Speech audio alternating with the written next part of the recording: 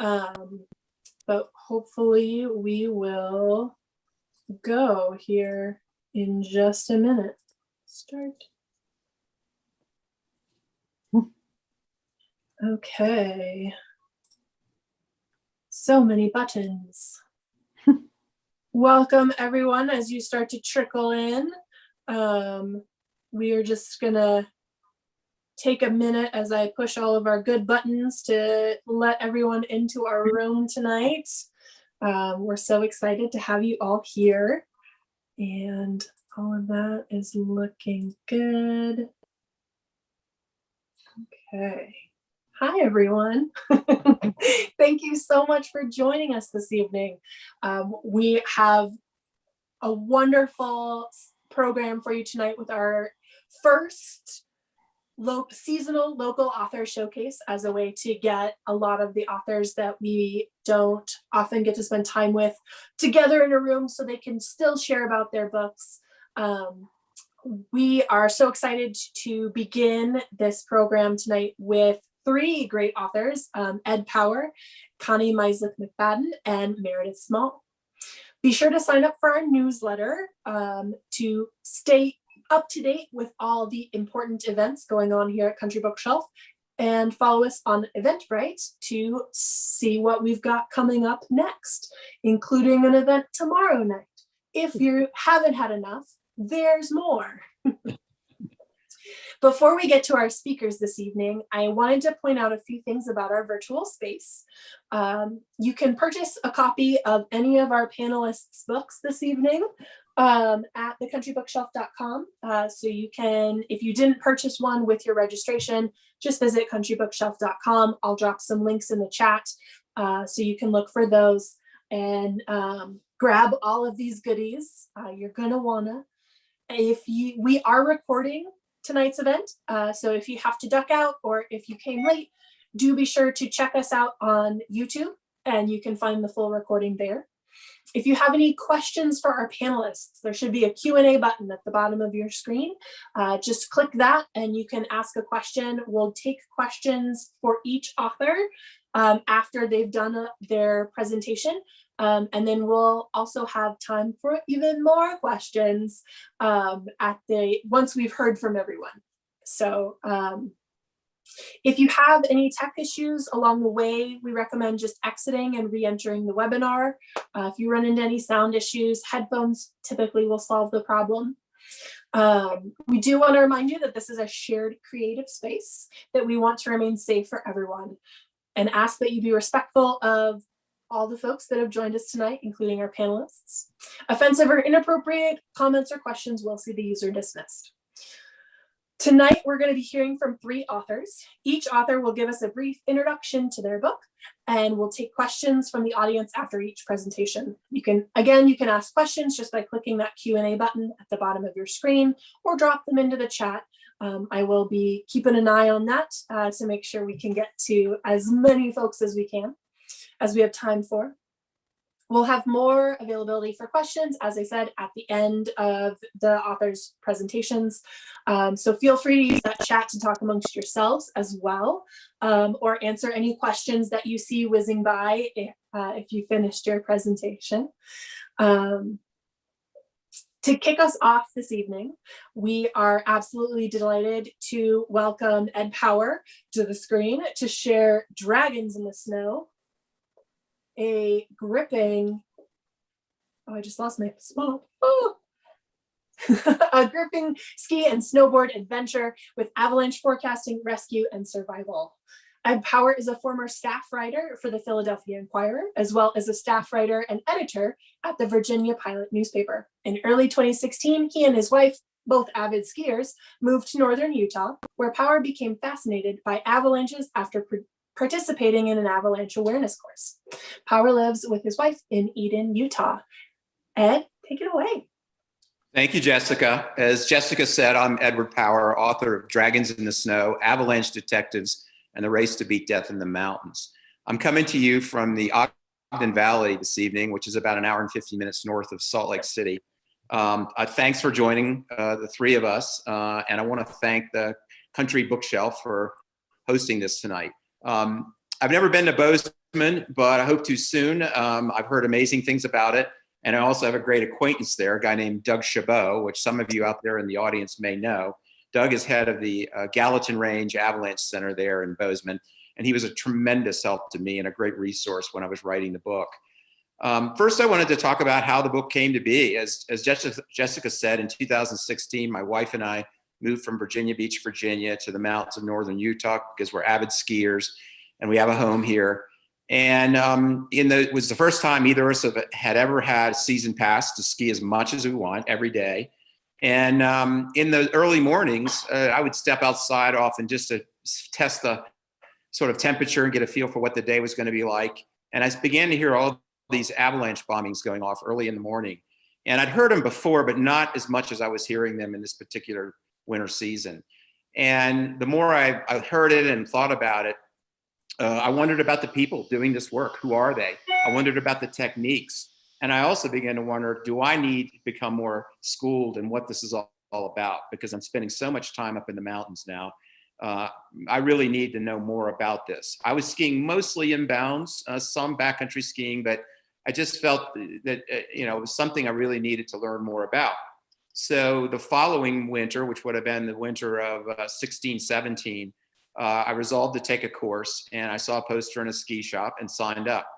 And that first night, a guy named Craig Gordon from the Utah Avalanche Center in Salt Lake City was teaching the course. And Craig became the central character in my book. He's a larger than life kind of guy. He has many, many years in this work, 20 years plus at the Utah Avalanche Center, 10 years at Brighton Ski Resort, heading up avalanche mitigation. He was a heli-ski guide. So deep, deep experience in the backcountry. And we got to know each other.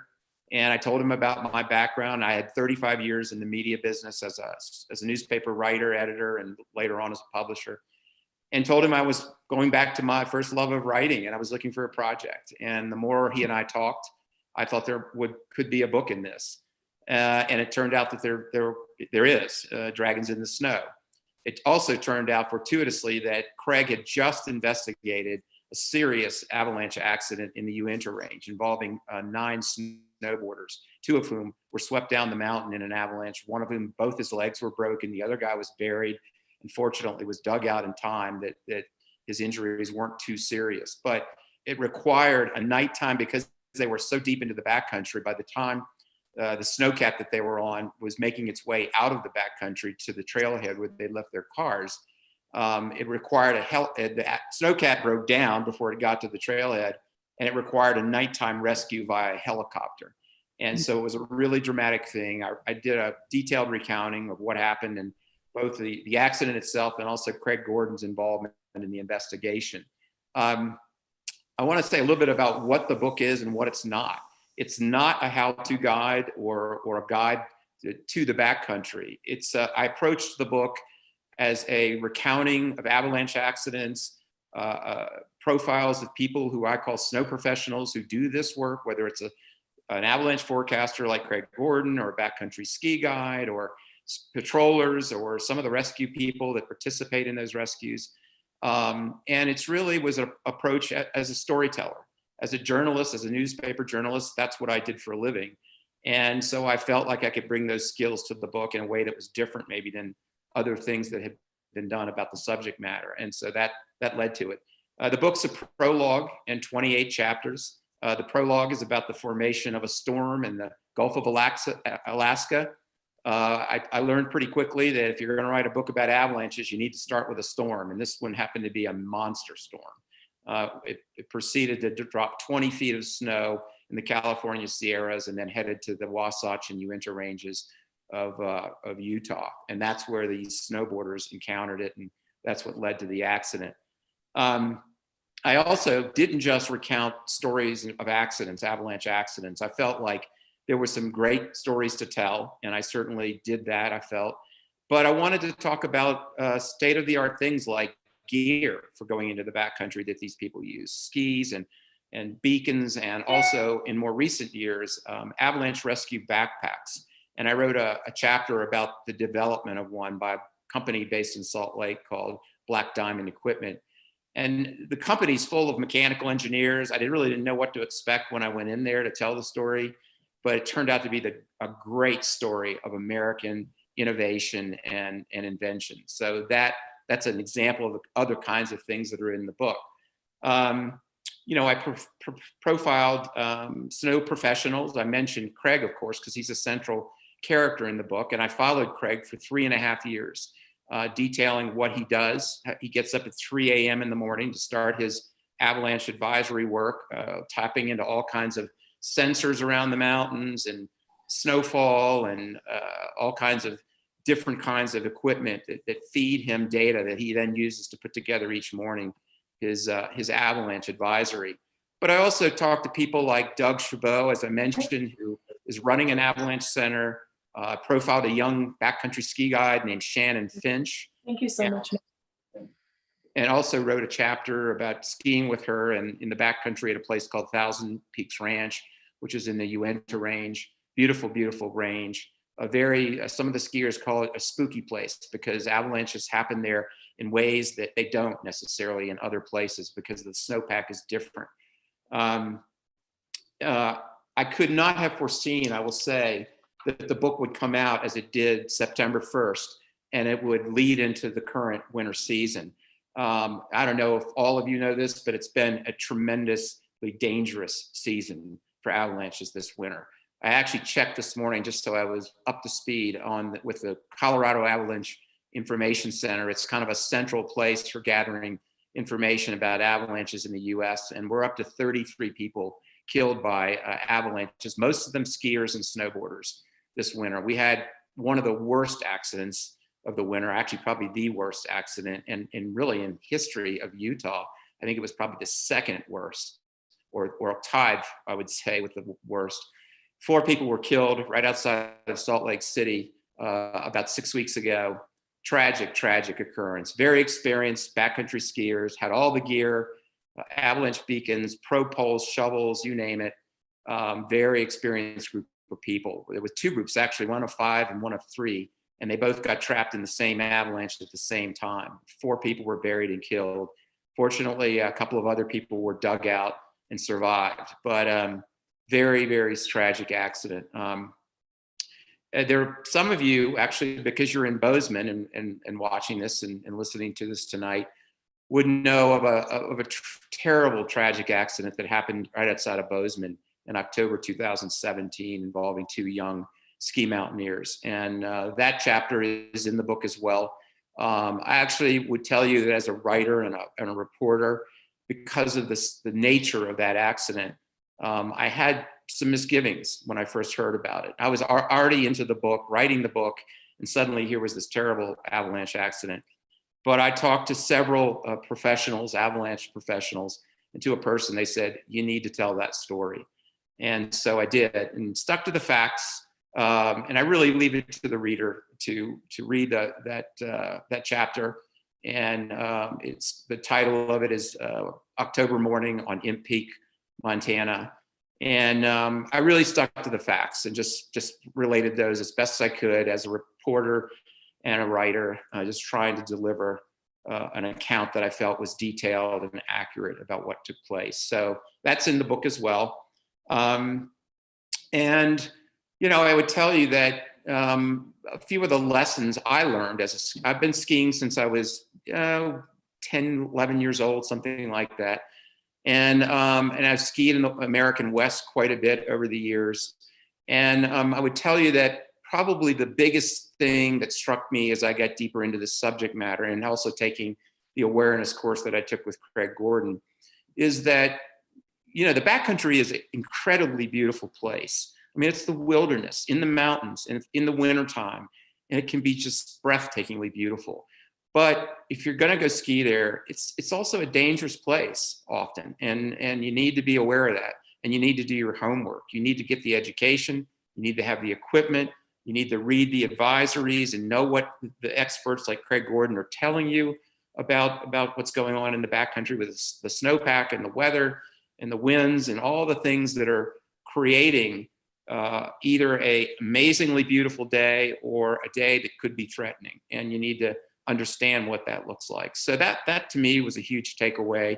And certainly when I go skiing now, I look at the snow a different way. People have asked me, are you more afraid going into the backcountry or afraid skiing? And I would say, no, I'm not afraid. I know that there can be a dangerous level of threat in the snowpack. And I look for things and I see things that I didn't before. But the book is certainly not about dissuading anyone from going into the backcountry. It's really an incredible experience as a skier, but you have to do the homework. You have to get the training. You have to have the gear. I have found, as I talk about the book with customers coming in the store, that I compare it a lot to a river runner book called The Emerald Mile by Kevin Fidarco, which is a very similar kind of story where there's this thrilling adventure of people doing incredibly dangerous, questionably sane activities. Yeah. But then there's also this really wonderful undercurrent about the information and what you need to know and the risks that you're taking, so that you can make calculated ones instead of uninformed choices. So I appreciate that. Yeah, there's something that people talk about related to this, which is the human factor in the backcountry, because of course the snowpack is the snowpack. And whatever may be lurking there or not, that's that natural element in this picture.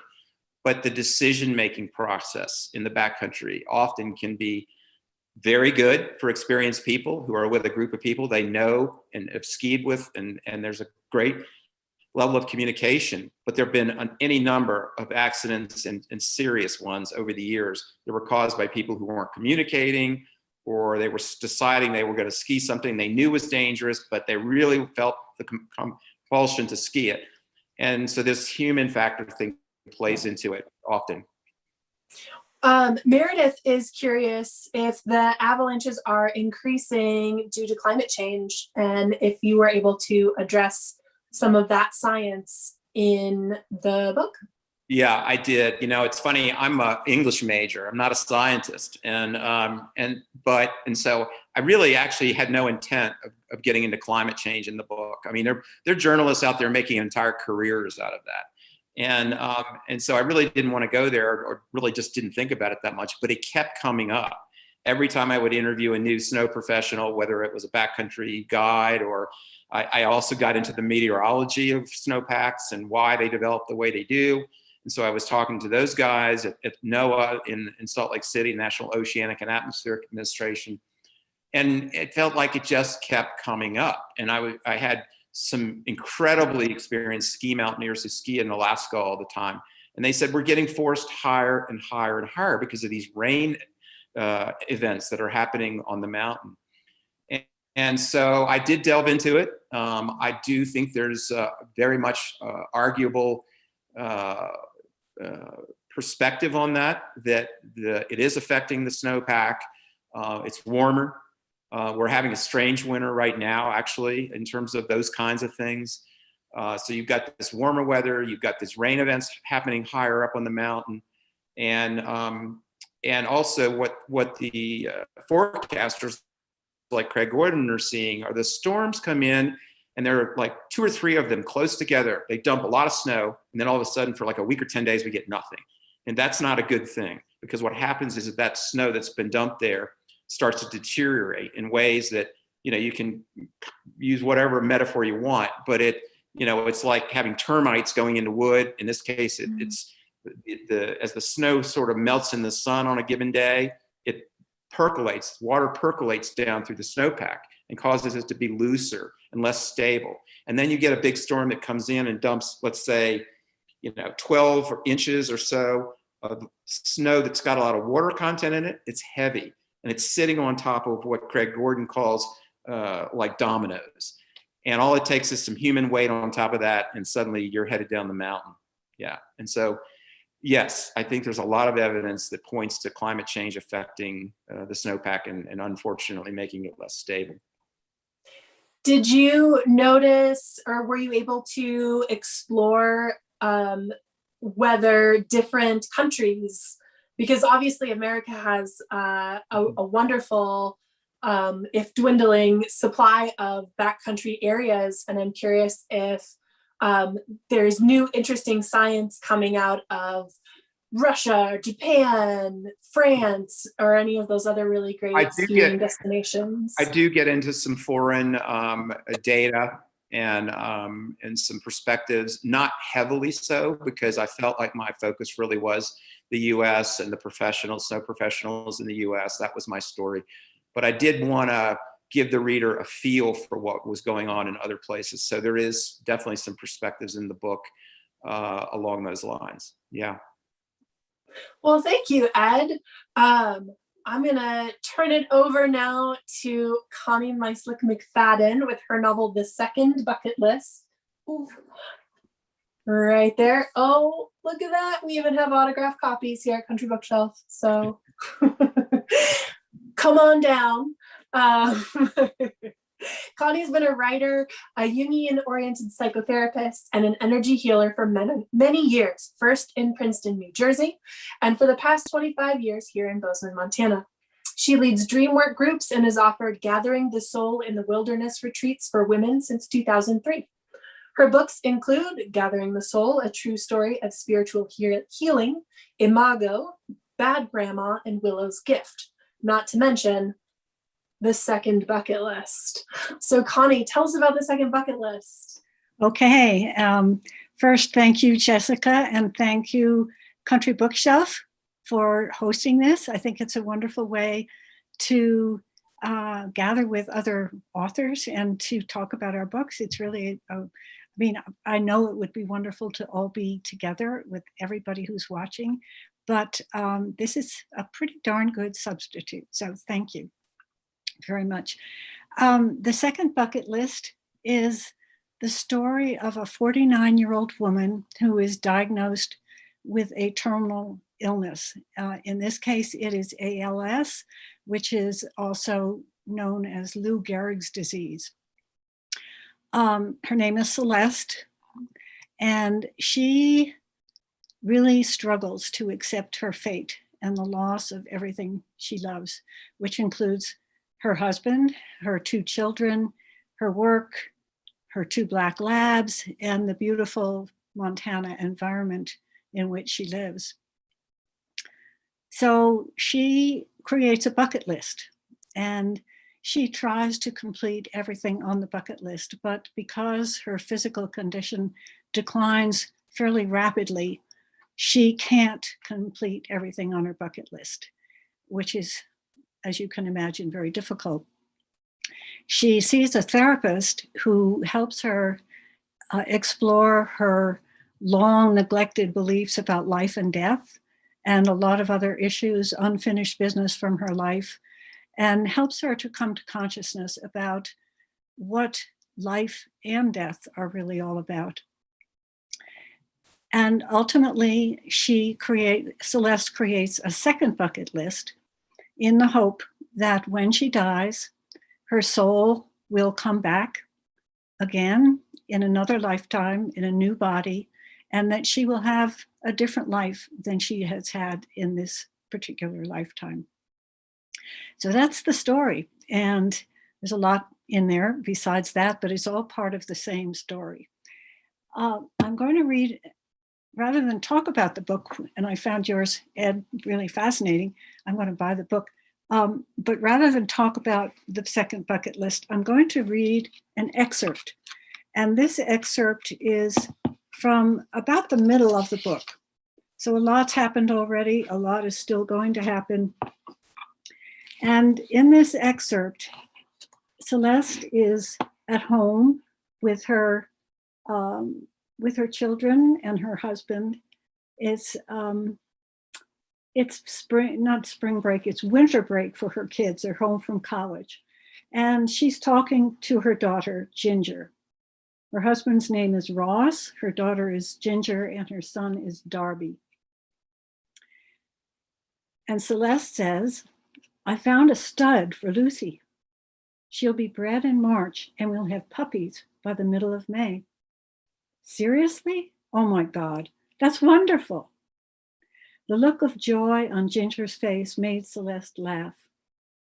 Not a word though, promise? Your dad doesn't know yet. Geez, Mom, you better tell him. I will. So much has been going on, I haven't had a chance. Will he be mad? Ross walked into the kitchen. Will who be mad? Celeste saw her opportunity. Ross seldom denied Ginger anything she wanted. She swallowed the lump in her throat with difficulty. Ross, I've been meaning to talk to you about something. I found a great stud for Lucy. I want to breed her in March, the next time she's in heat. She'll have puppies in. You're not serious, he said, throwing his work gloves on the counter, glowering at her. You can't be. You don't think we have enough to deal with without puppies, for God's sake? Celeste, this family has its hands full. I can hardly keep my head above water. I'm up to here. And he ran a finger across his throat. And you want to add puppies? Have you lost your mind? Celeste stared at him, her stomach lurching.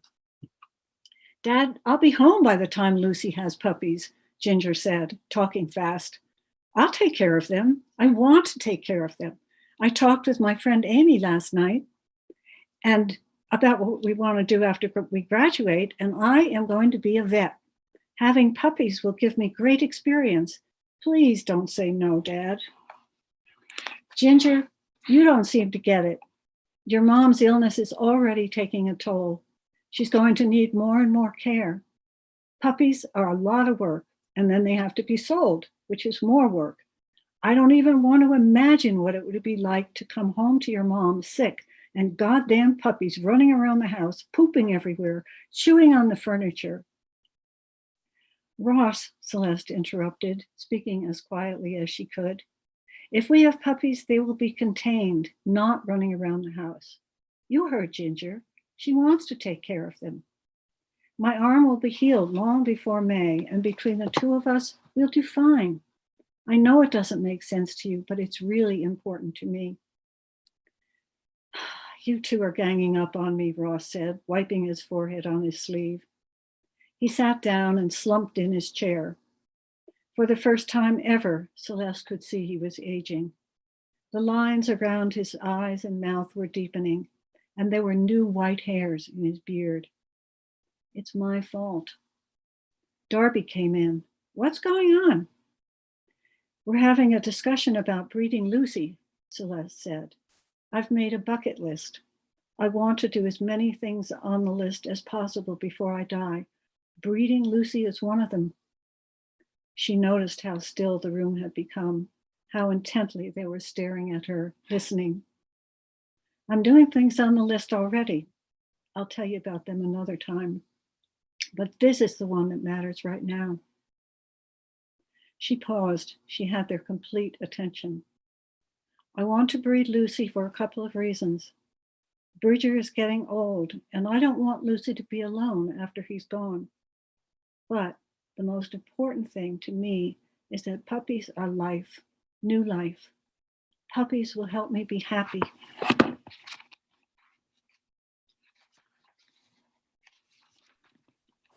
And I want to be happy, even though I have this awful disease. I think puppies will help you to be happy too.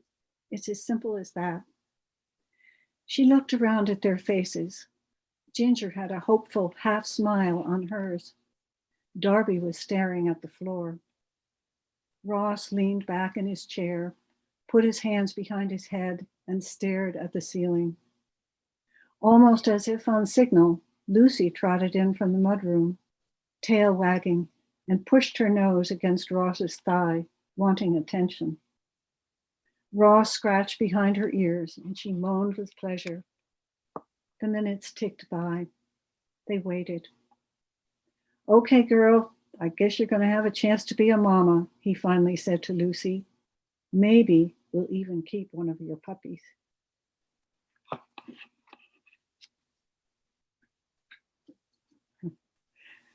Okay. Thank you, Connie. That was delightful.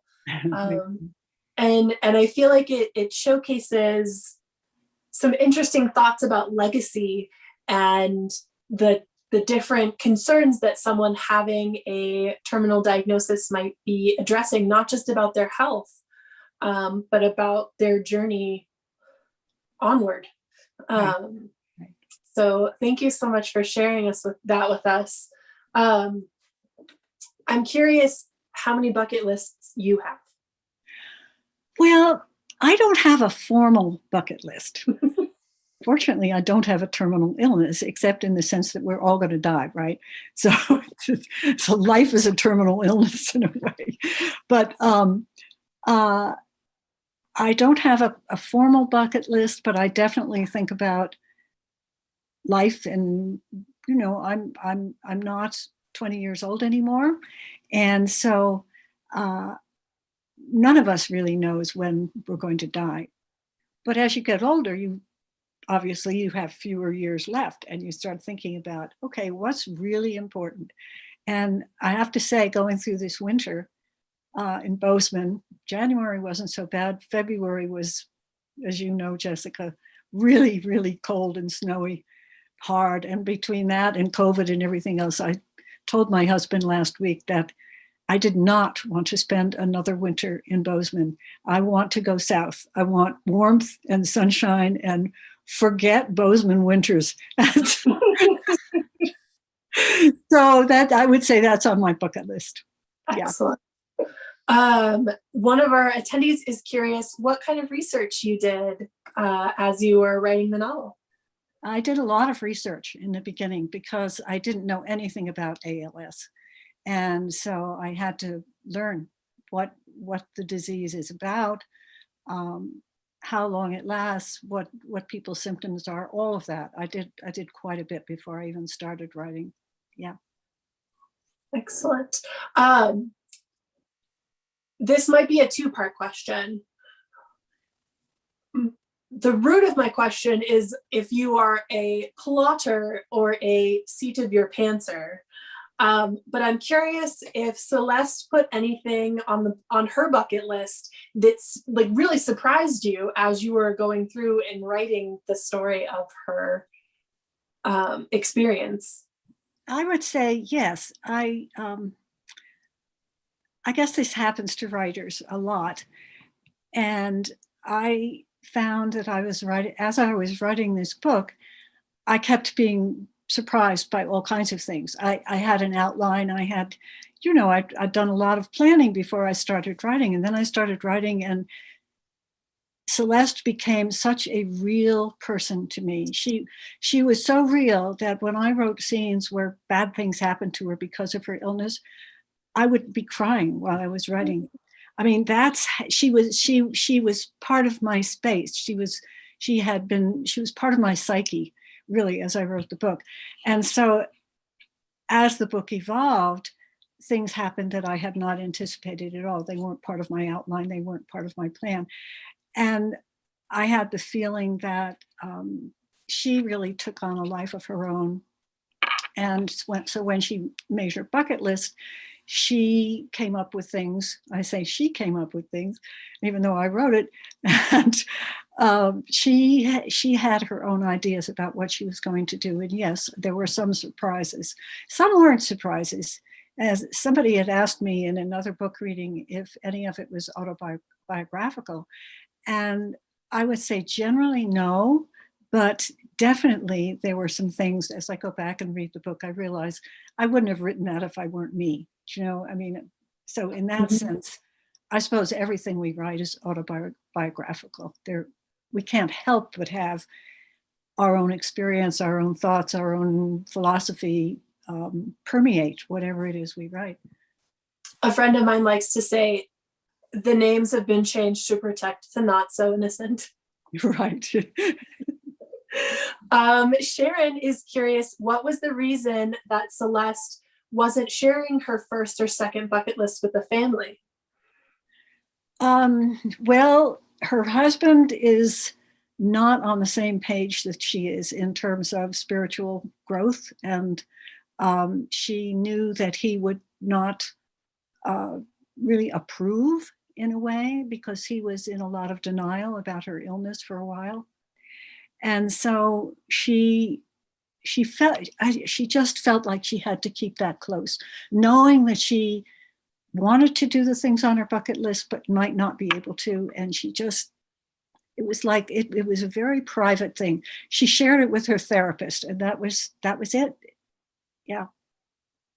It's important to have many allies as we approach various changes in our lives, not just diagnoses. So thank you so much for sharing that with us, Connie. Now we are going to go for a little short armchair vacation in geography and time with Meredith Small and her book, Inventing the World, cultural and epic cultural journey that reveals how Venetian ingenuity and inventions, from sunglasses and forks to bonds and currency, shaped modernity. Too many M words there. Meredith is a professor of anthropology at Cornell University and the author of Our Babies Ourselves, What's Love Got to Do with It, and Female Choices. She has written for Natural History Magazine, Discover, Scientific American, and as a commentator for the National Public Radio's All Things Considered. Did I have enough of the inflection there to... Gotta get my plug in. Me. Meredith is coming to us tonight from Philadelphia, and you can find out more about Meredith's work at meredithfsmall.com. Meredith? Thank you, Jessica. It's so nice to be in Bozeman, and yet here I am in Philadelphia. By way of introducing my book, Inventing the World, Venice and the Transformation of Western Culture, such a grand title for a book that I really wanted to call Venetians Invented Everything, but Pegasus got to choose. I'm actually a biological anthropologist, and most of my books are about the intersection of human biology and culture. And this was a gigantic pivot for me. So how did I come to write a book about an Italian city? Well, a while back, I decided to learn a language, and I just chose Italian on a whim because I had been to Italy a lot, and I began to do self-teaching, and then I took some classes, and eventually I ended up taking Italian lessons in Venice. Every time my daughter, when she was young, she had a school trip or something, I'd go to Venice for a couple of days, for a week. Eventually, when she went off to college, I'd go for a month or two. And the language school would give tours. We'd walk around the streets, and they would be in Italian. And the guide would tell us, these were very educated guides. And one time we were walking through Rialto, and the guide just started saying these things. Venetians invented this, they invented that. And I was like, what? I mean, I had no idea.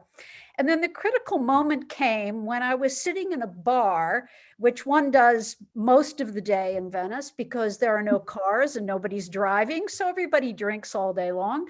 And I was sitting in a bar that had an open window. And if you've been to Venice, you know, the streets are really tiny. And outside the window was a guide, a professional guide, and a couple of tourists. And she was speaking English, and she began to say things like, Venetians invented government bonds. They invented stable currency.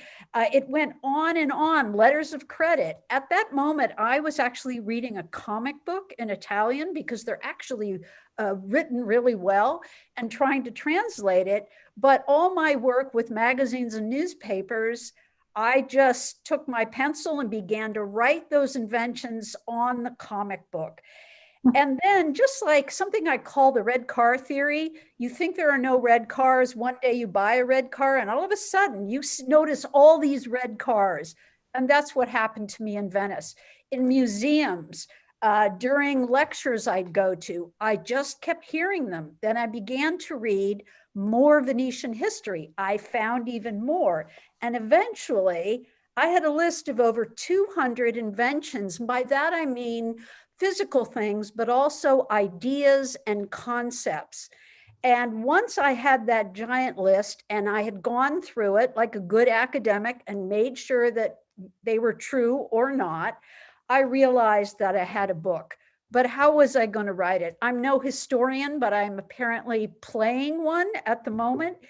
And I sat down one day and I separated or put into categories all these inventions, and they very nicely fit into the categories of money, leisure time, exploration, the written word, healthcare, governance, and community.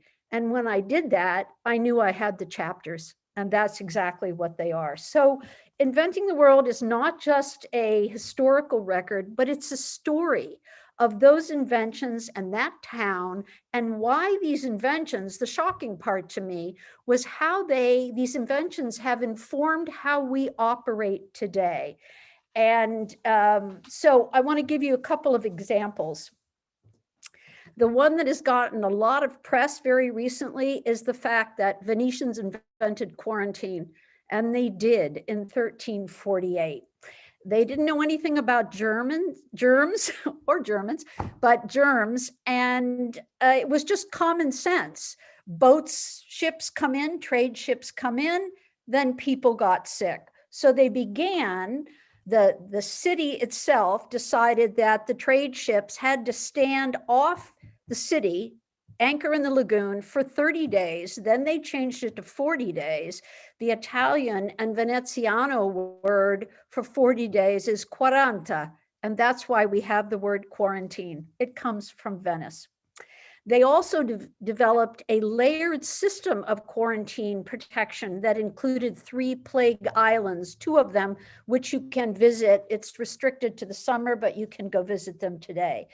These islands were used for plague victims or people who had been exposed or who were sick. And they also, on one of the islands, fumigated all the goods. If you were Venetian, you were sent to these islands as well with all your stuff and your family, and things were fumigated. In terms of health, Venetians also invented the first and longest lasting Office of Public Health, the Ministerio de Sanità. And that office also brought the first public streetlights in the world. They brought clean water to all the neighborhoods. They cleaned up the garbage for everybody, took away the dead, and that was in the 14th century. They did invent, in the realm of money, they did invent government bonds, and the Venetian gold ducat was the first stable international currency, which was extremely important because of Venetians' economy was based on trade. Some of the most familiar inventions, and the ones I love to talk about when I'm speaking to people who love to read, and that is the arena of the printed word. After the printing press was invented and it came to town, Venice became a hub of publication and printing. And at one time, there were over 200 printers in Venice. And if you've been there, you know it's a tiny little place. It's only 2.5 miles wide. And so imagine 200 printers there. But they also invented, within the printing business, they invented the paperback book. Thank you very much. We're all glad they did. The comma, the colon, the semicolon, the period, other marks of, and books about punctuation. They invented italics, and that was invented by a printer who wanted to make it more comfortable for people to read who were used to handwritten manuscripts. That's what that was about. And in fact, they invented the publishing business.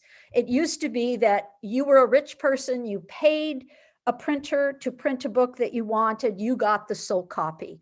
But now there came a difference between the publishing house, who was the printer, and the author. For leisure, one of my favorite chapters, Venice had the first public casino, the first public, in fact, the word casino is a Veneziano word, the first public opera house, which is being reconstructed today. There's a big movement to rebuild it and have people do operas in there again. They invented scented soap, some card games, the regatta, a boat race, as well as the first ever film festival and the first international art exhibit, the Venice Biennale, and then other places copied them. Okay, so that's a very small sample of 200. But the question that I address actually at the beginning and the end of the book is why? Why this city? And this is the anthropologist in me, the big why question. Why that city and not somewhere else? Well, this is my answer, that Venice was the longest lasting republic in the world. It lasted 1,200 years as an independent republic.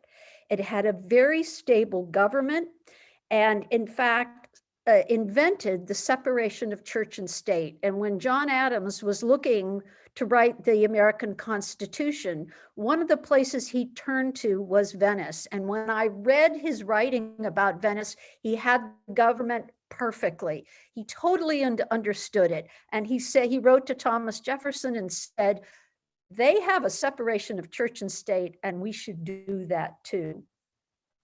I believe that the combination of the geography of Venice as an isolated place in water that is very small and very packed with people, combined with the economics of trade coming in and out, explains all these bright ideas. So you have a small self-governed city that is not a city-state like most places in Italy. They never got along with the Pope, so they didn't have a lot of problem publishing things or having ideas that ran counter to the Catholic Church.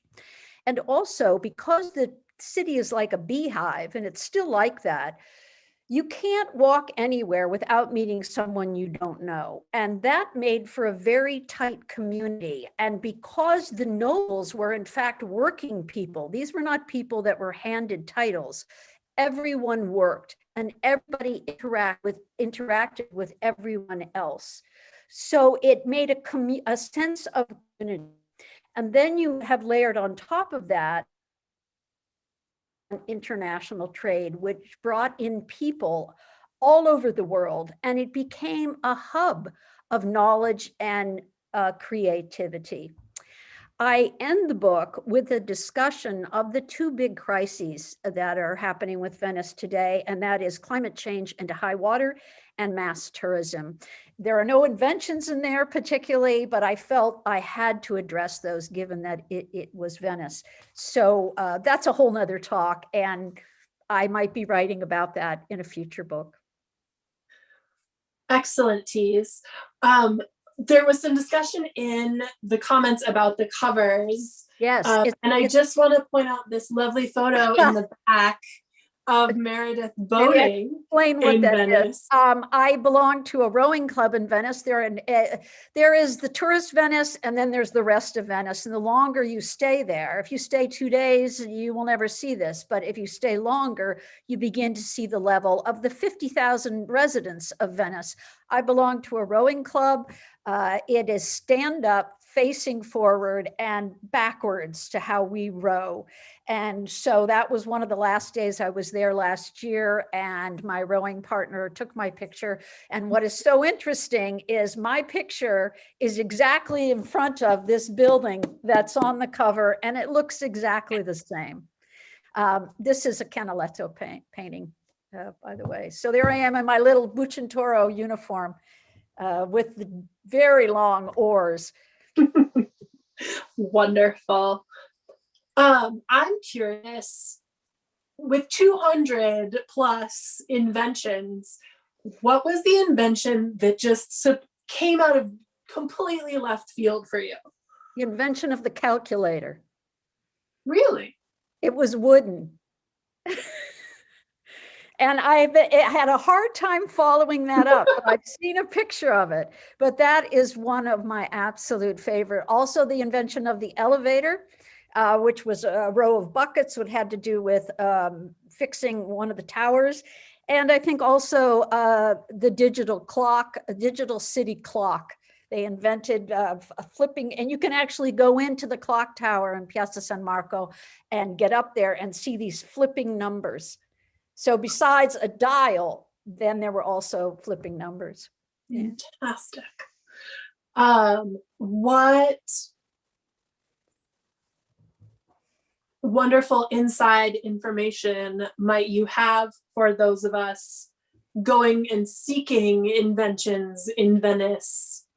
Well, I have actually something better to advise, and that is if you go to Venice, the best thing absolutely you can do, besides just getting on the water in a public water bus, a vaporetto, not a taxi, too expensive, but leave your hotel at dark, go out to the Grand Canal, get on the public water bus, ride it all the way up to the train station, get off and ride it back, and you will have the greatest trip of your life. It'll be loud and noisy, but all the palazzi have their shades open, and you see those incredible chandeliers hanging in place. And it's sometimes the only way you're going to ever get a look at the inside of one of those palazzos. And the other thing is, don't go into Piazza San Marco during the day. Go when everybody's gone, early in the morning, late at night. So that's my advice. Fair. Well, thank you so much for joining us. Now it is time for question free for all. And I do have one for Ed. Curious about the sort of the safety of backcountry skiing. It looks like Ralph says, isn't backcountry skiing too dangerous no matter what precautions are taken? Are the thrills worth the risk?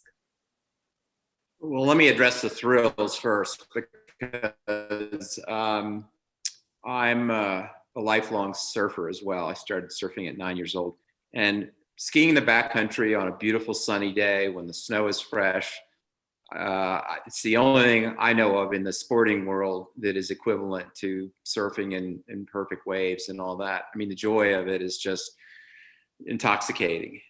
And more often than not, you're probably there with some close friends, people you know. You're enjoying it together, and you're challenging yourself, frankly. And so if you're doing that and having a great day, it's just a wonderful thing. I would tell you this. I would tell you that it is very dangerous to go into the backcountry if you don't know what you're doing. If you have no training, if you don't have any of the equipment, meaning an avalanche beacon strapped to your chest and a shovel and a probe pole. And these days, I would even say, and this is really for people who get into it in a bigger way because it gets expensive, but these avalanche rescue backpacks are kind of an amazing thing. And so one of those, I would also say, if it's something you're going to get serious about and do it, repeatedly, it's about $1,200 for one of those. And so it's not nothing, but it's not crazy expensive. And as I say in the book, if you have to use it one time and it saves your life, the amount you paid for it is a throwaway prospect. It's like, forget it. It's but I think if you get the training, which is widely available, certainly in mountainous states and areas like Colorado and Utah and Wyoming and Idaho and California, you get the training, you get the equipment. I would tell you there's one other thing that's really important: to go with the right people you know, that you trust. I don't think going out, and I'm not talking about the professionals. If you're going out into the backcountry with a professional guide or on a snowcat, which I've done some of, or a helicopter, but that maybe comes later, which I've done some of. If you're going to go, you need to go with somebody you feel comfortable with, whose judgment you trust, and that sort of thing. Going into the backcountry with people you don't know, I would say not a good idea in the early going, and maybe never. But that would depend on how you connected with those people. Maybe it was through a friend who vouched for them as experts and all that. But there's certain kinds of communication skills and comfort level with the people you're going with. And typically that wouldn't be a big group either. Maybe a few people, handful, whatever. But there's a famous avalanche accident that happened in Washington State. It's called the Tunnel Creek Avalanche, and there were like 16 skiers coming together, and very few of them knew each other. And they were all excellent skiers, all double black diamond skiers. But nobody talked to each other, even though some of them knew the avalanche danger was extremely high that day. And so they didn't raise the issue or the question They didn't discuss it. It was none of that. And consequently, when the first skiers dropped into this particular area, Tunnel Creek, I think it was maybe this 5th or 6th skier triggered the avalanche, but the ones now that were below them got caught in it, and 3 men died. So I would just say that, you know, if you really want to do it, it's such a wonderful experience. I would say go for it, but go about it the right way, which is get the training, and make sure that you're going with the right people, and that you feel like you've checked all those boxes, and that you're ready. And yeah, I think if you do all those things, yeah. Although I will say one last thing, and the experts will tell you this, as some of them say, the avalanche doesn't know you're an expert. So there's this 1% of unknowability when you get into the backcountry. No matter what you've done to do everything right, there's this 1% of unknowability that you can come across an avalanche, trigger it, and go for a ride that would not be a fun part of the day. Or as Craig Gordon likes to say, you're going to encounter the dragon. Mm-hmm. Well, and if you're concerned about encountering the dragon, you can just read about them. Yeah. Which brings me to our next question. What is everyone reading and loving? I feel like especially in this quarantine, COVID situation, we've been doing a lot more reading and a lot more armchair travels. So I'm curious what you're reading and loving. And the questioner also is curious if Meredith has any recommendations for novels set in Venice. I have a recommendation about that. There's a book by Michael Dibdin. It's actually, you would call it a police procedural, I think, much like the Donna Leone books with Commissario Brunetti, but this is someone else, Michael Dibdin. And his commissario, his police detective, is named Aurelio Zen, and he's actually Venetian. And the first book is Dead Lagoon, and it's about Zen going back to Venice and what happens to him. And what I like about all the Dibdin books is they're all set in Italy. Dibdin was American. He's passed away, but at whatever place he goes to, Sicily, Bologna, wherever, you get a really good sense of real Italian life there. And I personally love trashy mysteries. So, I love those books. And if you want a good book about Venice, nothing beats Jan Morris's book, Venice, written in 1964. Absolute best. Excellent. Connie, what are you reading? Well, I have just last night finished reading Obama's memoir. Oh. And it's very long, but I found it just wonderful to read. And it's so insightful. It's full of all that you know already from, the past few years. If you're paying attention to the news, it's full of all those details, but it's also very introspective, and it's just very thoughtful. And I was as impressed as I ever was with Obama. Reading this book makes me appreciate him even more, because he has such a broad perspective on the world and on politics. And so I enjoyed it thoroughly. And the next on my list is The Four Winds, because I keep hearing what a wonderful book that is, novel. Kristen Hanna. Everybody loves her. Yeah. I will also recommend, if you haven't purchased a copy of The Promised Land, you might also consider listening to it. Our audiobook partner, Libro FM, has a great rendition. And I have loved listening to both Obama's books. Michelle's especially, because she reads it and you just feel like you're having coffee with your best bud, Michelle. It's fantastic. So don't be shy to check out Libro FM. Because listening to a book still counts as reading a book. Sure. Yeah. These days, yeah. Do you listen to anything when you're skiing, Ed?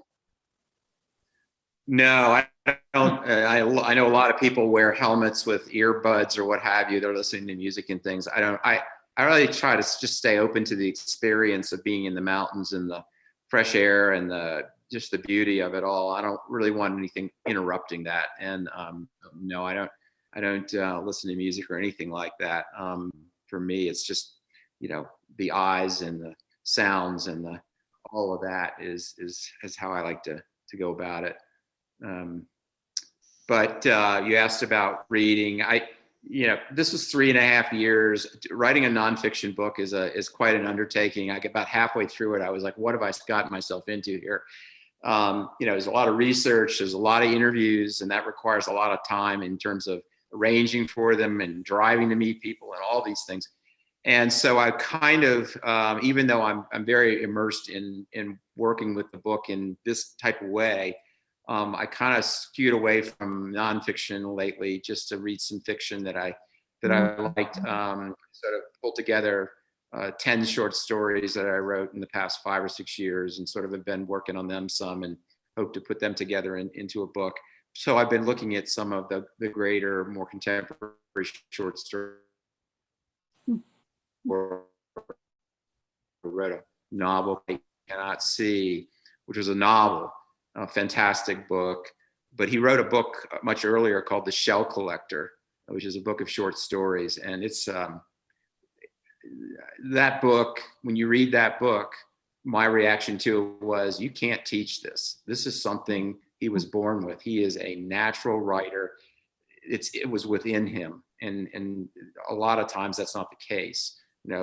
And so I've sort of been starting to look back at those stories and see if I can learn.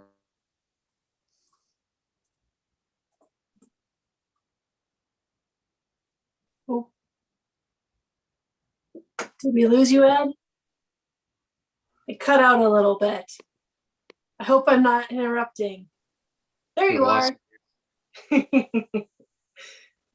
Infrastructure in the mountains. If only we could all have Venetian Yes.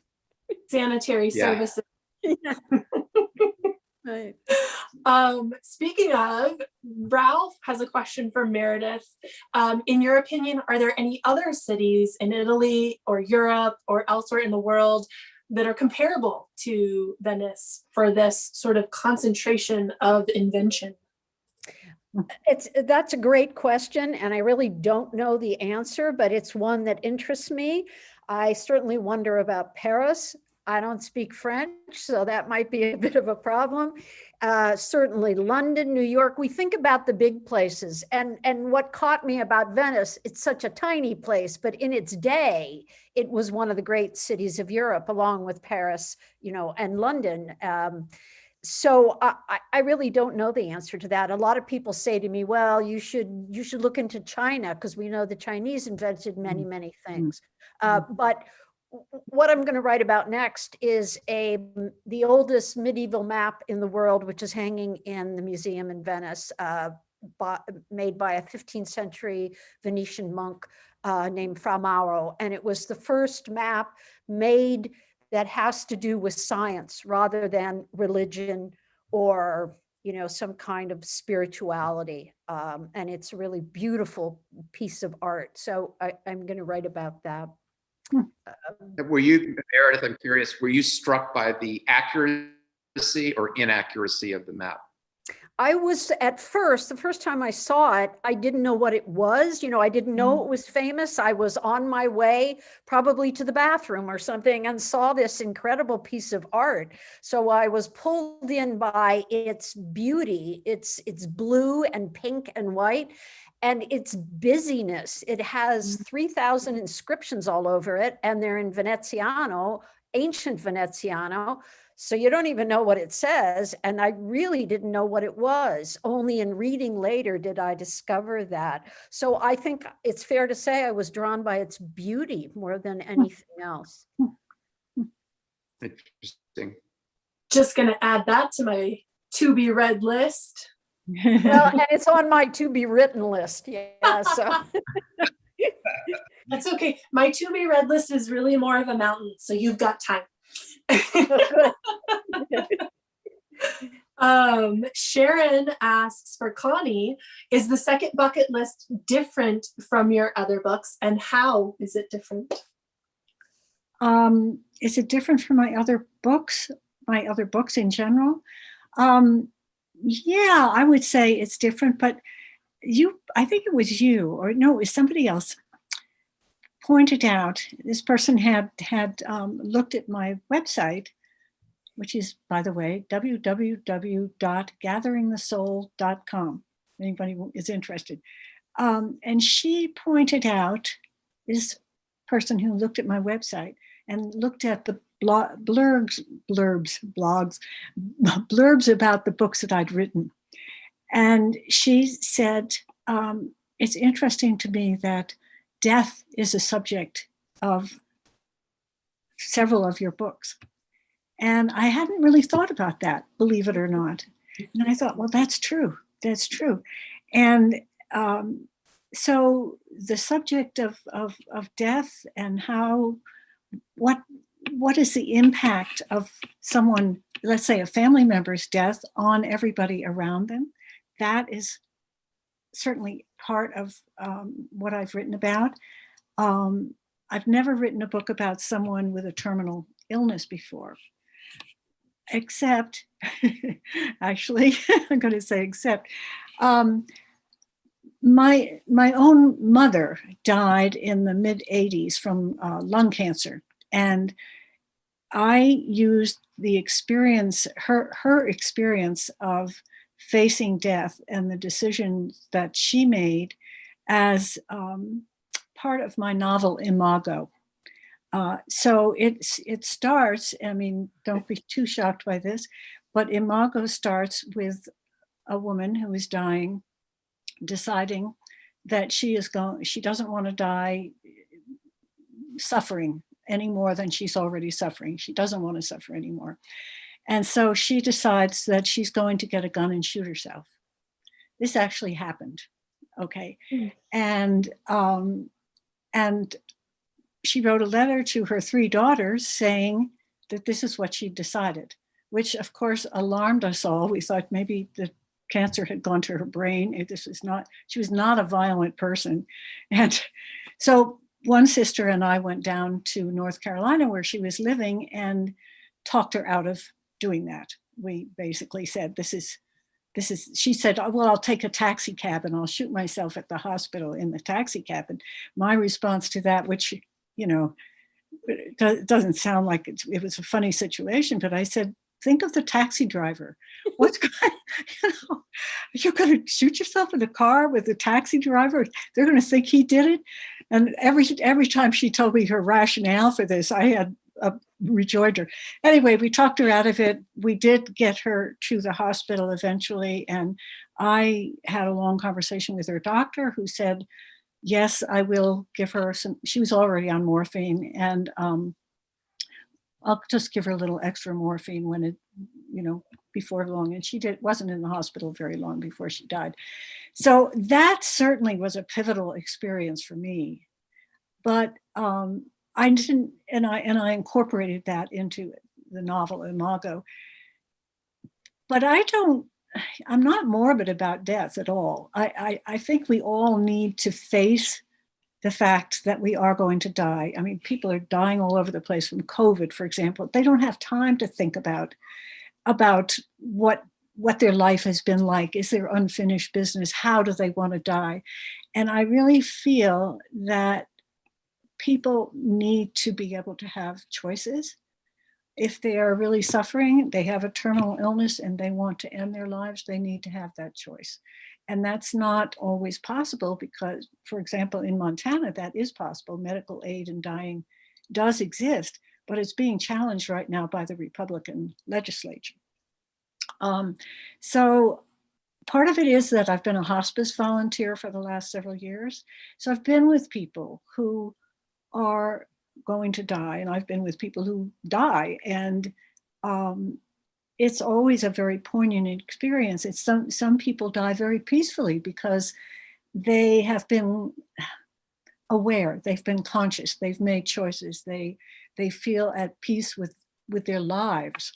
and therefore they're at peace with death. And I sort of feel like if people can face the fact that we're all going to die, and it changes how you live your life if you face it. A lot of people are in denial. It's like, I'm not going to die. I mean, I'm going to live forever.